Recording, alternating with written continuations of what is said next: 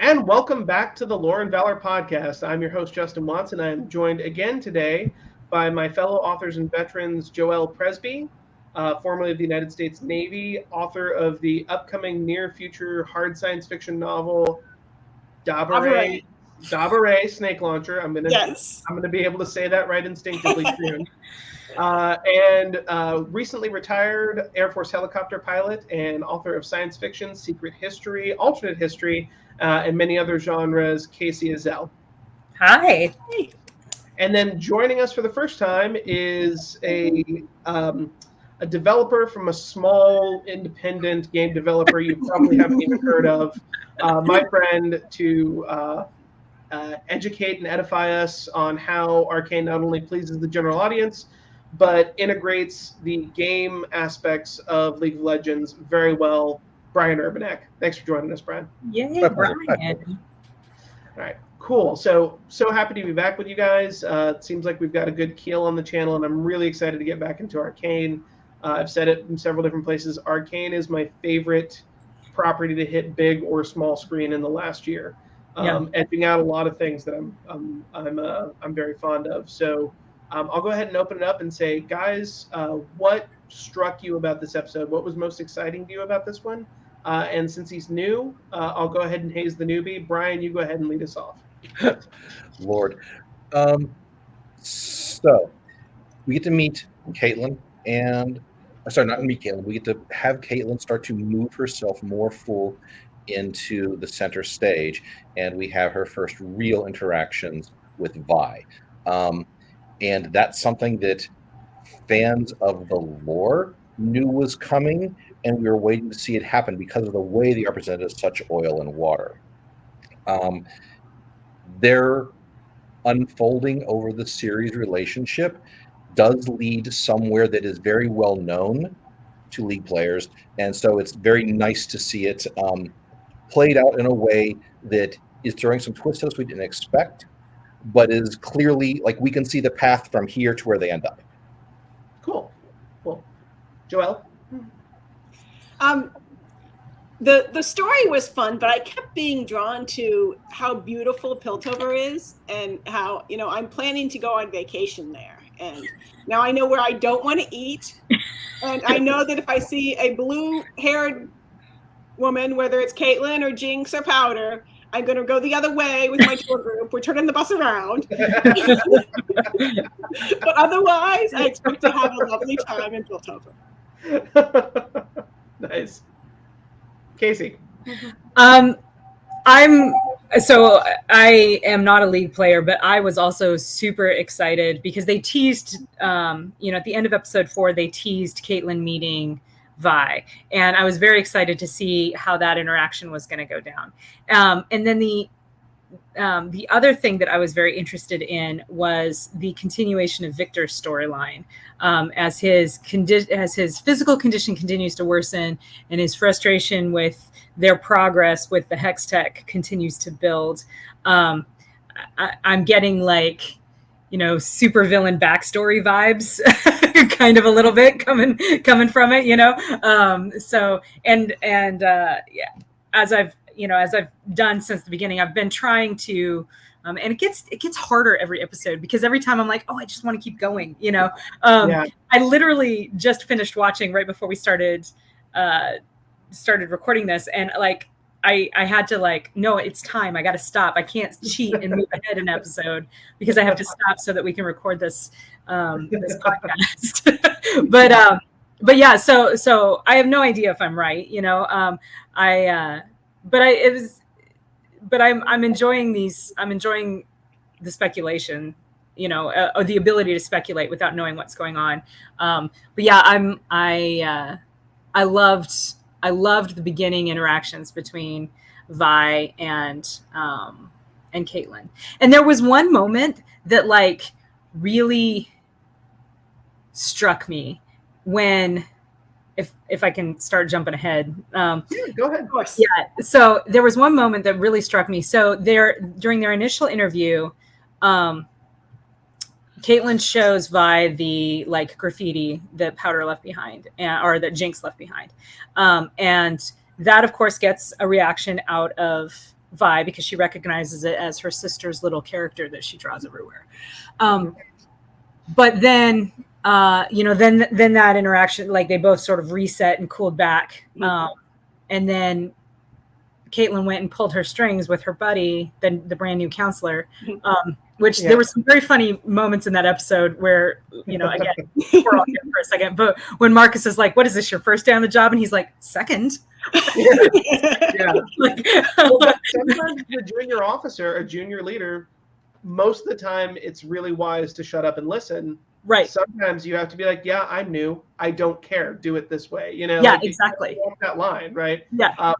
Jace doesn't always parse that properly. But... No. When your experienced subordinate says, with all due respect, you need to realize that something's going on, and you just nothing. Well, he's talking to Marcus though, and we'll get into that too, and why Marcus isn't necessarily giving him the best advice. Of course. Right. But the moment that really struck me was, and again, it's so like the visuals or the visual storytelling in this series is so freaking good that when Caitlin comes back and she opens, she says, I have a note for your release or whatever it is she says. And the cell door opens and we get that extreme close up of Vi kind of looking sideways and the vulnerability that the artists give us in her face and in her eyes. Like that was chef's kiss, like it was perfect. It was so good because what she's thinking. She's thinking, is this a trick? Are they just going to come in and like beat the shit out of me again? Or is it real? Do I actually have a chance to gain my freedom and find my sister? So. Yeah. One thing I thought was really well done was the flashback at the opening to give us more.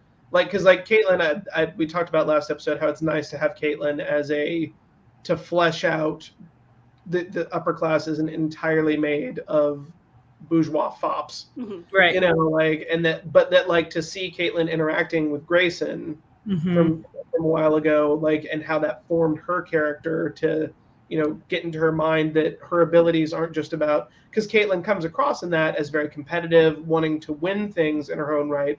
But to add to it and for the words of service to resonate, that it's not just about being excellent, it's about using those abilities to actually do something important. I thought was really good. And I thought the rifle course was just super cool and I wanted to run it. Yeah, totally. Yes, that's another thing I'm going to do on vacation. You know how in Vegas you can go shoot the machine guns? We're going to Piltover and we're going to do the firearms course. Yes, yeah. I was super psyched to see more of Grayson's character because she seems like such a cool character, and she died relatively early on in the series, and I understand why she had to, but there's a part of me that's like, oh, like I wanted more of her. So it was cool to get that little vignette. Yeah. Brian, the dynamic between the enforcers, the Undercity, and Piltover, how much of that is apparent in the game? Like characters like Grayson and Marcus, are those playable characters or are those characters invented for the show? Purely invented for the show. The enforcers and whatnot are all, many things are referred to in the show, in the characters' backstories. In the game, something that is fascinating is the characters have between 20 and 60 minutes of dialogue in the game that is triggered by different interactions with other characters. So when one character defeats another character, they may say a specific lore appropriate quip of my interaction with you. And so if they have history together, whatever. So Caitlin is an enforcer. And so when she deals with Jinx in the game, they refer to stuff that we're going to see a little bit of in the show, right? And it's spoken in terms of an arresting officer to a perpetrator. Understood. Grayson is such a good character, and I do miss her. And it's like we've talked about before that peace is such a difficult thing to maintain, and as soon as you remove just a few people who are maintaining it, tends to collapse. One thing. Say again. Or corrupt them. Yeah. Or corrupt them. And thank you. Great segue. Marcus. I do not like him, but I think they're doing a fantastic job with his character. I loved the fact that we see from his demeanor at the funeral and his attempts to stand up to Silco. It's almost worse because he knows he's wrong. Like this is not someone who is fully gone. He is just so compromised from what he thinks he is to what he's actually doing. Yeah, and yet all this time I was thinking that he was completely Silco's creature, but he kept secret that Vi was alive. And I mean, if Silco had known that she was alive in prison, he possibly could have arranged her to be not alive, or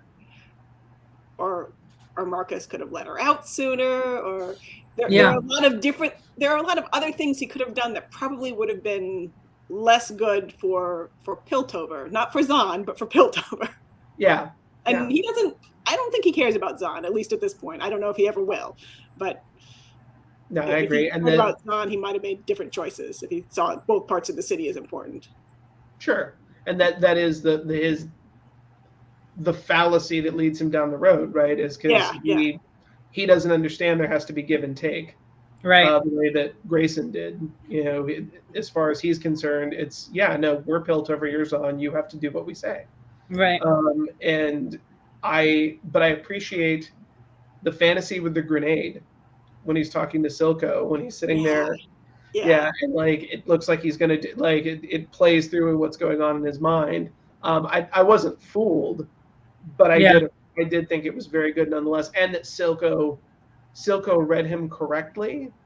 He's like, you won't. Right. Like you're not going to pull that pin. But does Silco understand how close he was to pulling the pin after all? So Silco's obviously a brilliant villain, but he's still clearly he's fallible, and maybe he was on a closer margin than he thought. Yeah. And I'm with you. I loved that fantasy because it was an indicator of all of those things that we were just talking about. It's an indicator that Marcus knows. He knows he's compromised. He feels trapped. He knows that like there's no good way out of this. He doesn't live up to Grayson's example. He's not worthy to, carry her title and to carry on her legacy and to be honored with the honors that she has earned, right? He knows that, and he knows that there's no real way out for him, except maybe that one. But that one, because we saw earlier the interaction with him and his daughter, that one leaves the person he cares about the most vulnerable. So he's got to find a different way out. And I'm excited to talk about what way he finds. Yeah. So. No, that is super. Go ahead, Brian. I don't think you guys mentioned this the last time. But if you did, sorry for repeating it. I think it's very interesting that Silco blamed Vander and Marcus blamed Grayson for their secret peace previously. Yeah. And now they're both together in a secret peace doing the thing they accused their former compatriots of treason for doing, and they're doing it worse. Yes. Mm-hmm. Yeah. Well, maybe not from Silco's perspective. It's fair. Well, sure, no, you're right, Joelle.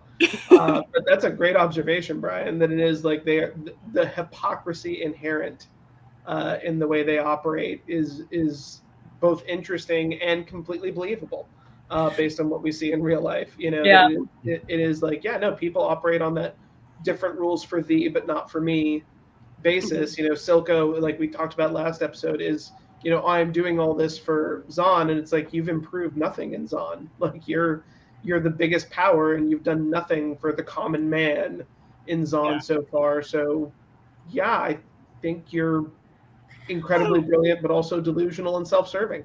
I think, and I think that's one of the strengths of the show is that there's this repeating theme, right? That leadership is hard, and that when you are truly a leader, you end up making compromises. You end up in a situation where you have to, choose what you perceive to be the lesser of two evils, and nobody can understand that until they're in that role. Until, because we saw it, like, again, we saw it with Vonda and Silco. We see it with Grayson and Marcus. And I think we're starting to see it with Jace. As he's transitioning onto the council and starts his his rise. crusades, right? Like, yeah, it's I love that. I think that they're doing a really, really good job of carrying through that theme in, by looking at it, by allowing us to see it from multiple perspectives, from, in different scenarios, but the same sort of, it holds true, right? And you can even see it a little bit in Caitlin and Marcus, Now, granted, Marcus is not, we've already discussed how he's a compromised leader, but he is clearly operating under pressures that she knows nothing about. Yeah. Right. And Caitlin's having a lot of naivete ripped off her in this episode. Yeah. Yeah, I love too that Caitlin is characterized as naive but not stupid.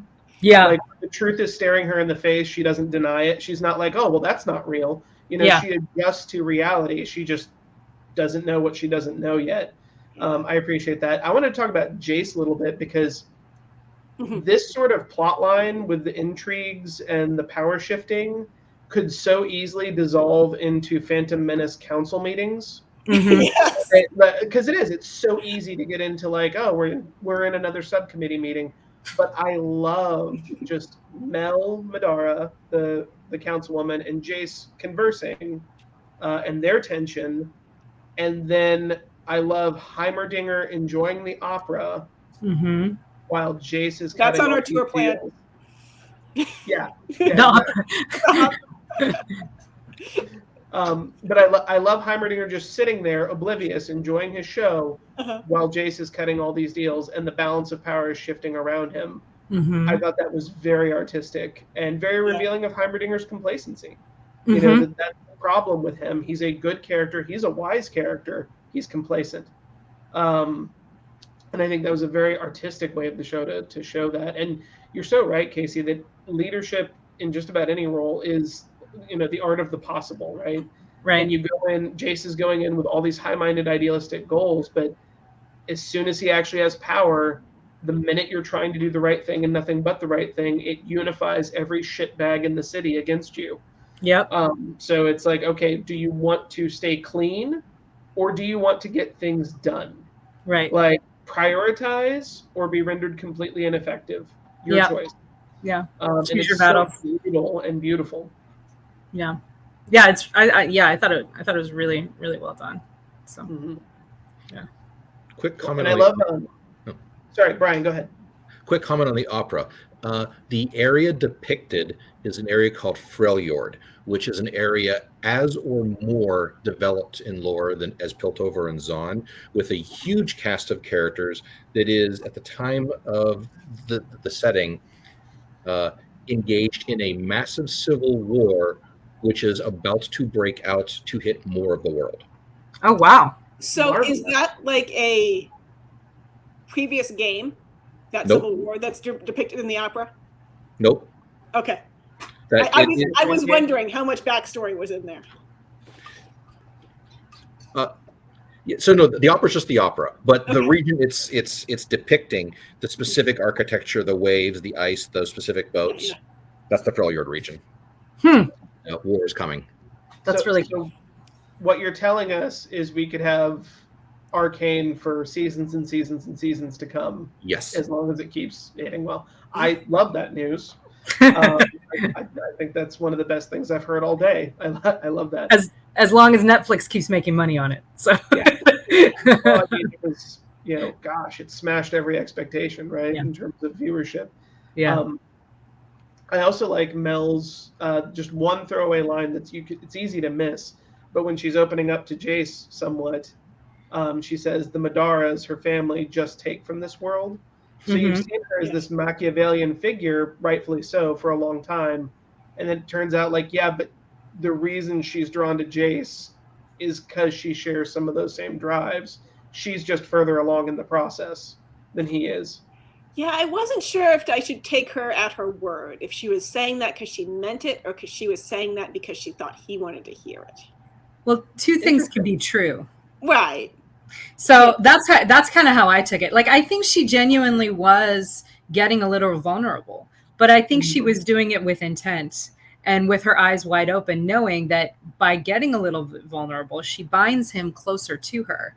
Because I haven't forgotten that he let her down when he didn't announce the the new technology as she had wanted him to do. Right. And I don't think this is all a big ploy to necessarily punish him, because I think that she judges him as worth more than that. Like, he could be, but I do think that her choice to kiss him, to come on to him, to begin a romantic affair with him. She does more than kiss him this episode.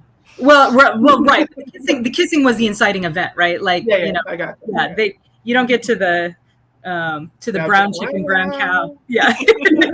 Without the kissing. And that was her choice. Like, she turned and kissed him, which we've talked before about, like, how she is like exquisitely beautiful, could have anyone she wants. Like, if she's pursuing someone, there are reasons for it. And the reason might just be that she genuinely has feelings for him. But in this case, I think that while she is affectionate with him, while she enjoys his company, while she admires his brilliance, she's still going to use him, because that's who she is, who she's raised to be. That's how she knows how to exert control over her world. Yeah. I think that's a very good observation. I think you're right. I don't think it's just because he's a super hot CrossFit scientist. Although I'm sure it doesn't hurt. Did you pick up on the painting? Did you get a good look at it? I was curious about the painting. I did think it was comments. Yeah. That's her home. That is battleships in a line and soldiers arrayed on the field. Mm-hmm. Did you notice how she is mixing her own paints for that painting, but she's wearing her regular full ball gown outfit, no paint stock or anything? Like, lady, you are definitely a rich girl. You feel like you're doing the whole artiste thing by making your own paints, but you don't care at all about messing up your clothes and getting your splatter here and there. Incredibly expensive clothing. Yeah. There's a few things that are funny like that. Like, for instance, like, Vi is just as good at parkour after being in a cell. Yeah. Yeah. I saw that too. I was like, okay. Okay. All right. Yeah. I see you, show.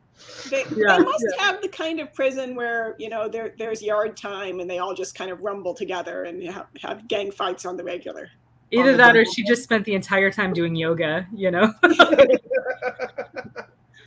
She seems like a yoga type person. Yeah. Right, because yoga helps you with parkour. Yeah. I mean, it helps with balance. Yeah, but... The parkour elements are actually a game homage. I'm sure. One of her signature abilities is the ability to vault over walls in the game. One of the things that makes her particularly useful at the role she plays. Mm-hmm. And so turning that into her parkour skills in the show was that. That's cool. Is Powder not as good at it? Nope. She's not. Okay. She's not nearly as good at it. Okay. Cool. Yeah, and I don't actually have a problem with it. It's just something I noted, that she's supposed to have been imprisoned for years and comes out and is just as athletic as ever and hasn't lost a step. And it's like, well, okay, we'll go with it. So it was very interesting to me that when she gets into the fight with whatever the other chick's name is, Silco's number 2. Yeah. Sadika? Yeah, Sadika. When she confronts her and they're in a fight, and Sadika says something about, like, you didn't learn anything while you were in prison or something like that. Mm-hmm. Wait, did she say that? Did she say in prison? I think so. Yeah. So she would have known that she was alive. Huh. I don't remember that. I'd have to go back and rewatch I'd it. have to go back and watch the actual verbiage. Mm-hmm. But anyway, one of the things that I thought was interesting was Siddiqa doesn't. Oh, never mind. No, never mind. You're right. It is still a question of continuity there. I don't know off the top of my head. Go ahead. Yeah, I mean, unless she did know, which And Silco didn't. Right, which He's would kind of be a scary guy. I can see not wanting to tell the boss stuff. yeah, or working with Marcus to, if she knew because Marcus knew or something. I don't know. I this is all speculation. I'd have to go back and look at the actual verbiage because it's possible. Kind of a return character because she was with Vander before. Yeah, Mhm.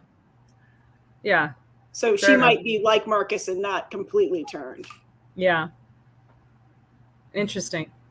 Well, the reason I brought that up was she says something about like you didn't learn anything, and while she's wailing on Vi. And what I realized is that Vi absolutely did learn something. She learned the art of taking a punch, which is priceless, right? Like painful to acquire, but priceless to be. It fits the narrative because the guard was beating her up regularly. Yeah, Mhm. exactly. And they took pains to show us that, right? Mhm. And so I thought that was I thought that was really cool, like a really cool way of turning that on its head. It's like, well, now we have this explanation as to why this woman can take so much punishment and still keep moving forward. And I also thought this was interesting. There was a movie that was made where it was set in a prison, and the actor who was playing the lead role, and I apologize, I don't remember who this was or what this movie was, but I do remember this article where they said that the actor actually went and spoke with inmates who had been repeatedly punished for fighting and like essentially learned a prison fighting style. And the one like thing that I remember them saying about it is that it's all very confined, right? Because not only are you in a box, but you just don't have a lot of room to maneuver. And a lot of times you're trying to do things quickly before you get noticed and put on the ground or whatever. And so I thought it was very interesting, like from fight choreography perspective, it seemed to ring very true that Vi would back into that narrow space where she can more fully control what's going on and somewhat negate the effects of Siddiqa's, crazy bionic arm thing by getting in this narrow corridor where she can just, go at her in the way that she has developed knowing how to do because she's been in prison. So all really cool details. Yeah, I agree. In the Vi and Caitlin plotline, another like minor note, and I get that it's probably video game design and they don't want to muck around with that too much. Yeah. Because they do have a fan base, but I'm not the wokest dude in the planet. We all know that, but I do think the Enforcer should probably have pants. Just as That's overrated. It's not that I can't appreciate the aesthetic. I do. But when she's trying to operate, I'm like, ooh, that seems like a lot of trouble waiting to happen going into an unsanitary environment. We are going to be doing adventuring. You probably want some pants. Yeah. But all that joking aside, I like that Caitlin is both shocked by the Zon Bordello, but quickly adapts to it as well. Right. And then our friend Mona Lisa wanted to point out, like, Joelle, which of you is the most suspicious of Heimerdinger? Oh, that's me. Okay, so Kacey keeps talking about Heimerdinger's dark side, and Mona Lisa jokingly noted, it's like, oh yeah, that's Heimerdinger in the Gimp mask. That's his dark side. So I want to make sure. Headcanon accepted. Yeah, so I did appreciate that, and I do like the I think Vi and Caitlin make a very good buddy cop pair. Yeah. And then, so since we already kind of touched on Jason Mel, I did want to not forget to point out that I like that the two acts of creation being juxtaposed, the brown chicken, brown cow, sexy fun times, and Victor overdoing mad science. And I'm sure that the fact that his first name is Victor is not a subtle allusion to a Mary Shelley character at all. I'm sure they would never do anything like that. But I did like, and even more than that, for Victor's character, I like the lab assistant who has an obvious crush on him, and he's oblivious to, tells him there's always tomorrow. Mm-hmm. And it's, I feel that, not to get too heavy, but I lost a friend to burn pit related cancer very young, just recently, and there's always tomorrow. It's like, well, but maybe there's not. Right. And I felt for Victor in that moment that it's like, oh, there's always tomorrow. It's like, well, maybe not for me though. Yeah. And we now know he's ill and may have very shortened time span. So I thought that was a very good way of justifying the flagrantly stupid things I'm sure he's about to do, and giving him a real human motivation that could drive you to do it in a way that still leaves you a sympathetic character. And earlier in the episode, when they're first starting to play with the device, Jace tells Victor, let's see, I even wrote it down. "Are you sure this is safe?" Jace says. Victor like, says, "Of course not." And then, I see. I keyed in on that scene too with the lab assistant as well, Justin, because, we have this flashback of tiny Victor making his little boat, and one of the little girls that's playing nearby comes over and looks at him like she's interested, like, who are you? Why aren't you playing with us? Mm-hmm. But then someone calls and she like leaves. And so he's like, okay, cool. And so he goes off. I mean, we see that tiny Victor is like, oh, he would have liked to have had some human interaction there, but obviously that's not going to happen. And so he turns and buries that emotion in his curiosity about this boat that he's built. And so he follows the boat and he meets this, science hermit living in a cave, which super curious about that guy, interested in finding out more. So he meets this science hermit living in a cave, and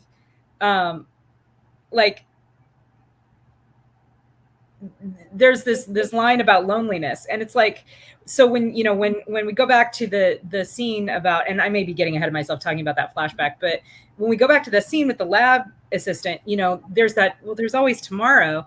I could see very clearly that the lab assistant was like, you can do this tomorrow, spend the time that you have, creating a human connection. And Victor's just entirely dismissive of it, somewhat oblivious, but also probably just like, he spent so much of his life thinking, oh, that's not for me, that it doesn't even cross his mind that that's what's going on, and there's tragedy there, right? Yeah. Because we all need human connection. Yeah, completely agree. It is very poignant. It is very poignant and very tragic, and I'm not going to say anything more for fear of spoilers. The person we haven't talked about yet, though, is Jinx. And it's not like she doesn't get some time in this episode. That's arguably the lead of it. So I'll start out with one of my favorites, the boxing machine, when she goes back to her old haunt. Mm-hmm. That was such, and Brian, I'm going to give you a chance to go off here, bud, because I feel like you're going to have some good stuff to say about this. But I thought that was such a beautiful rendition of her angst and love of her sister, and just so visually stunning and kinetically stunning. Even just sitting watching it, you feel the impacts. Mm-hmm. Brian, go ahead, bud. I know you got something. Before Netflix aired, a clip of that scene of her walking into the arcade in the boxing machine was the teaser trailer that Netflix put out to help promote the show. And so this is a time when no one knew what Arcane was going to be, and there was just blithe assumption of the video game curse where they all suck. Yep. And they put that scene out there. And I watched it, picked my jaw off the floor, and watched it again at using YouTube's controls to go at frame by frame through a bunch of it to see the parts where she's picturing the past, and there's a superimposition of the X'd out eyes and the smiley faces and the demon faces of it. Mm-hmm. And the juxtaposition of it's Vi throwing a punch and then it's Jinx throwing a kick. Mm-hmm. It was fucking brilliant. Yeah. Nice.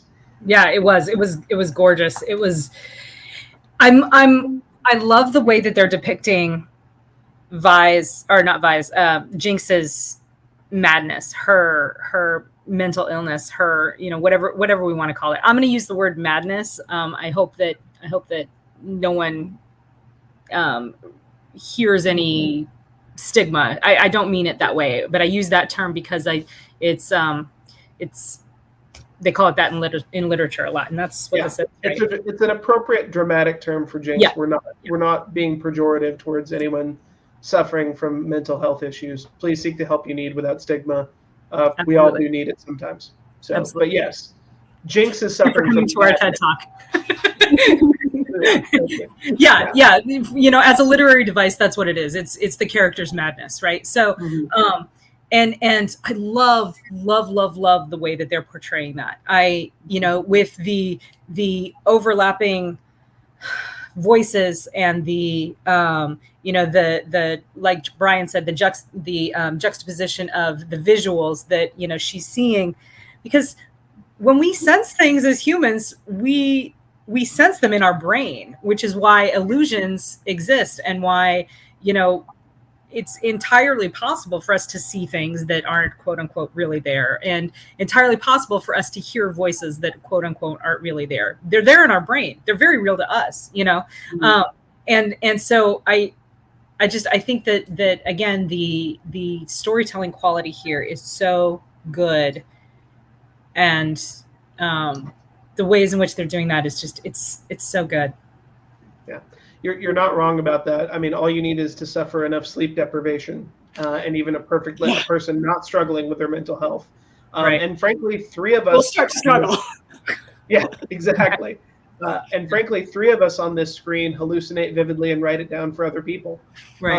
So that's kind of what we try to do for a living. So, or even, three of us here are parents, and how many of us have had an infant sleeping and we wake up in the middle of the night certain that the kid is crying when the kid's like dead to the world. Like, I think we all do that.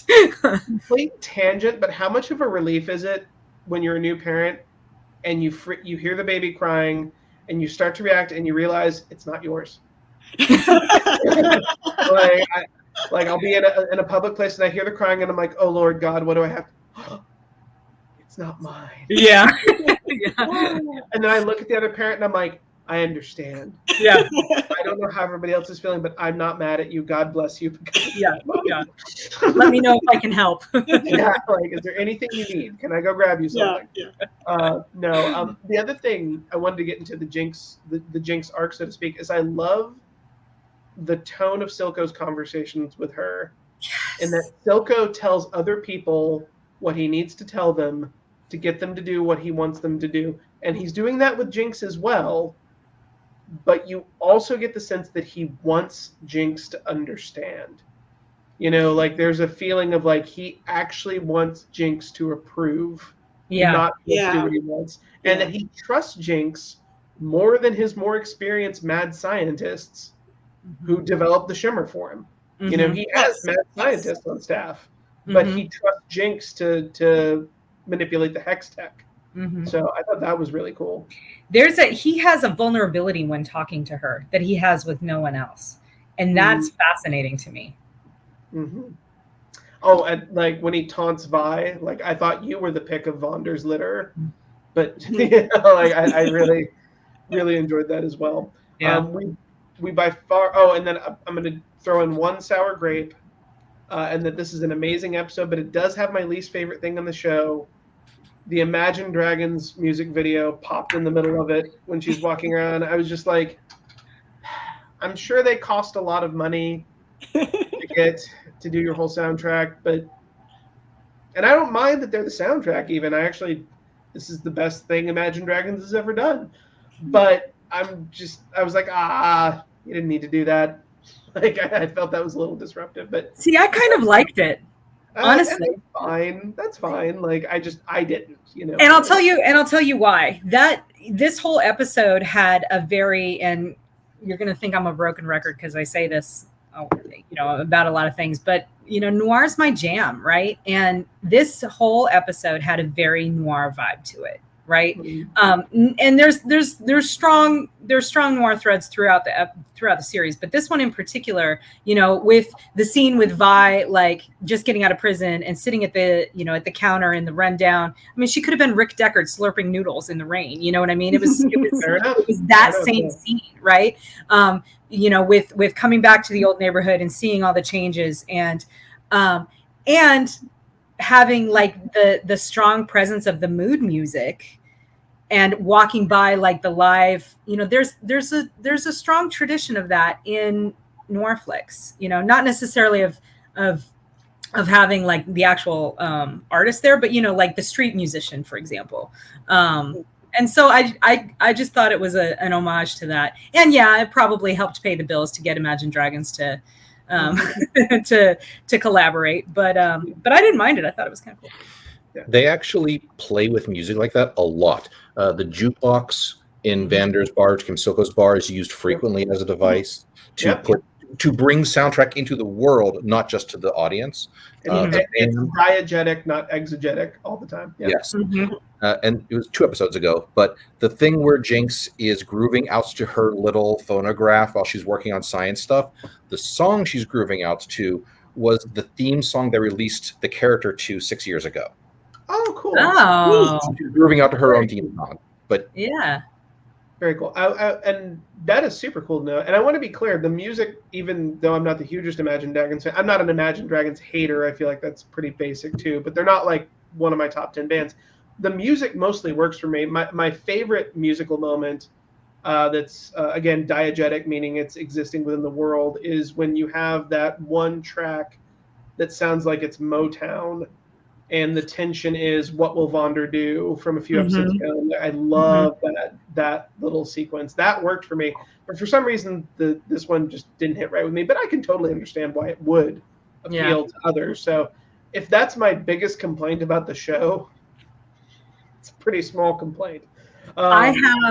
Sorry, Justin. No, go ahead, Kacey. Go ahead. I was going to say, I have one kind of to balance out your one complaint. I think I found so far my favorite line in the entire series in this episode. And it is when Silko says, "What is truth but a survivor's story?" Aww. Like, I want to make a title of a book out of that. Something. Because what is truth but a survivor's story, right? Winners write the history books. And if you live long enough, you get to tell everyone else what happened. Yeah. Although, do they? I mean, they do. This is a can of worms episode, but I'm just going to say that some cultures are better about preserving contradictory narratives than others. We, despite some criticisms, do preserve countervailing narratives better than most cultures. The Athenians, the ancient Athenians, also preserved countervailing narratives very well. Otherwise, we wouldn't have anything positive about Sparta that we would know. So the victors do write the history books, but sometimes the victors can show surprising intellectual honesty as well. Depends which civilization victory path you have chosen at that time. Yeah. Anyway, no, like, it's a valid, like, I'm not trying to be argumentative. It's just something that fascinates me as a historian. Sure. I know we all share some passion for history, and that it's like, the victors do definitely get the spin, but the truth usually comes out as well. The more of the objective truth. I love that whole sequence too, and I love the dark twist on a baptism. Yes. Yeah. Oh, I'm so glad you brought that up, because I was going to mention that too. Oh my goodness. Yes. And I can't forget that that's happened, right? Like, she chose to let Powder go and become Jinx. So what does that mean for the rest of the story? Absolutely. There's so much in this episode, and we definitely haven't covered everything great about it. So definitely everyone go rewatch it. You'll love it just as much the second time. I know I did. But we are getting close on time, so we'll go final thoughts before we do the outro. Brian, final thoughts on episode number 5, Everyone Wants to Be My Enemy. There's a very, very brief moment that flits right past the screen during the brothel, where you see a man and a woman crosses a lap, and they're both wearing masks. And those masks are emblematic of a different character that is the embodiment of death. One is the hunt that ends your life, and the other is the impetus to have a life lived to the fullest to be worth ending. Picture those masks on people in a brothel. What that says about their attitudes towards where they are. Just like little shit like that, all over the place, that once you know the game lore, you start seeing, which is layer upon layer that is existing in that background that you just flit across, that adds a lot to it, their story, what they're thinking about doing with it. Oh, that's awesome. God damn, man. I am so glad we pulled you into this podcast. I know. I want to know all of those things. You have to tell us all of those little Easter eggs. God. That's dope. Hair alarm standing up. I love it. Kacey. I should have saved my encapsulating line for my final thoughts. Anything else? Nope. Said it all. It's awesome. Good. Joelle. All right. This is a nitpick. But Okay. this is the episode where I start to not like Jace as much because he talks through the opera. As a former band geek, I'm like, come on! I want to hear what they're saying. I want to move out of the way and let me watch the show. Yes, this is halftime. I get it. Now we're done with the football. Let's watch the show. Excellent. Awesome. Excellent observation. I love that. I'm sure my wife would agree with you as a former musical theater performer in college. It's like, hey. I love that. Okay. So before we say goodbye, let's talk about what you guys have going on. Brian, what are you working on? What's that? Yeah, I know, but you still have to do it. Brian, what are you working on? What's out now? Where can people see your work? People can see my work at the battle.net game front. My next project is a not yet announced, but probably very easily guessed addition to the forthcoming launch of Call of Duty Modern Warfare 2. Like I said, a small independent studio you've probably never heard of. Yeah. Awesome. Yeah. Awesome. Okay, so I don't remember who was first last time. Joelle, what do you got coming out? What's out now that people can get? The eARC, the electronic advanced reader copy, is available for purchase from Bane.com. You do not have to hack the server. You can give them money, and they will give you the book, formatted for ebooks and everything, for Dabare Snake Launcher. I will not do it, but I am tempted to do the Tony Daniel bogus definition of an eARC. Electronic advanced reader copy, in case you're wondering what that stands for, guys. And get it. I'm a few chapters in. It's both, in my opinion, I don't know how much of this was conscious effort, it harkens back to Golden Age sci-fi while being something all its own, but not, nay, I'm dumb and I'm trying to subvert expectations for its own sake. I did it on purpose. You're hitting it, Joelle. I love it so far, and I can't wait to finish it. Kacey, what's out for you, and what's up next? So my next release is I've got a short story coming out in Marisa Wolf's The Valkyries Initiative anthology, just like Joelle does. Joelle is over there on my screen. Joelle and I both have short stories coming out in September in the Valkyries Initiative, so you should go check that out from independent publisher Chris Kennedy Publishing. It's part of the spinoff of the Hit World series, which is this cool, like, urban fantasy noir, all things are possible type setting. And then on the Trout Pub side, also in September, I have a visual aid, you guys. Look. No Game for Night. This is the non-eARC. This is the advanced reader copy. But yeah, so this comes out in September, and it is an anthology of the dark side of science fiction and fantasy heroes. So it's kind of the equal time answer to Noir Fatale that we put out a couple of years ago. So this one focuses on the noir archetype of the detective in science fiction and fantasy stories. Yep, there, Brian has Noir Fatale. The first anthology she's talking about. Yep. Yeah. So check that out in September. It's going to be amazing. It is amazing. We've got like so many great stories in this one, you guys. Yeah, that's an all-star lineup that you and Larry put together. Great job on that one. Thanks. All right. So if you have enjoyed our content, please like, subscribe, hit the bell, or leave us a 5-star review on your podcast venue of choice. We're available on most of them. That is, and links to all our work will be in the liner note in the podcast notes on your, what? Stop laughing at me. You froze. I just stick Say again? You froze for a second. You were like position. Oh. We can all imitate it at once if you want. Okay. Nice. I think this is funny, so I leave this stuff in, just so you guys know. The notes are below with all our work. Please check us out. We're not monetized, so if you like what we do, consider buying a book. But also consider liking, subscribing, leaving a review, leave us a comment for the algorithms. Please, and thank you. That's all the time we have now for the time out. You forgot one thing.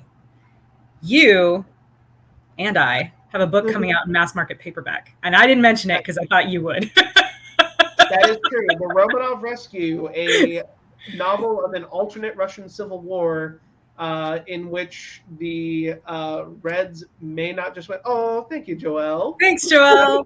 That is the beautiful hard copy that Joelle is holding in her hand. I am really happy with that cover, however phallic it may seem to some people. I'm really happy with the Zeppelin on that one. So that is out in paperback in November, I want to say. Yeah. Sometime this fall. In the fall. Sometime this fall. Yeah. So yeah, definitely check that out. More to that to come. We may have an event in corresponding with that, Kacey, but I can't make any firm announcements on that. So thank you so much. That's all the time we have for Lauren Valor, for real this time. Lauren Valor this time. So please like, subscribe, hit the bell. I'll see you next time. And until then, keep up the fire. Bye.